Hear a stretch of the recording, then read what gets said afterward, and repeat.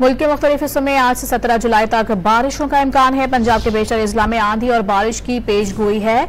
कश्मीर और गिलगित बल्तिस्तान में गरज चमक के साथ बारिश मुतवक्के है। इस्लामाबाद में भी आंधी और गरज चमक के साथ बारिश हो सकती है। मरी और गिलियात में लैंड स्लाइडिंग का खदशा जाहिर किया जा रहा है। उधर खैबर पख्तूनख्वा के इलाकों में 13 से 17 जुलाई के दौरान आंधी और बारिश की पेश गोई की गई है।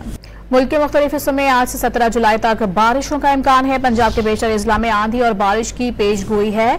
कश्मीर और गिलगित बल्तिस्तान में गरज चमक के साथ बारिश मुतवक्के है। इस्लामाबाद में भी आंधी और गरज चमक के साथ बारिश हो सकती है। मरी और गिलियात में लैंड स्लाइडिंग का खदशा जाहिर किया जा रहा है। उधर खैबर पख्तूनख्वा के इलाकों में 13 से 17 जुलाई के दौरान आंधी और बारिश की पेश गोई की गई है।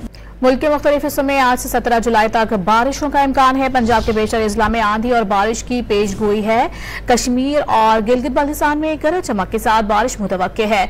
इस्लामाबाद में भी आंधी और गरज चमक के साथ बारिश हो सकती है। मरी और गिलियात में लैंड स्लाइडिंग का खदशा जाहिर किया जा रहा है।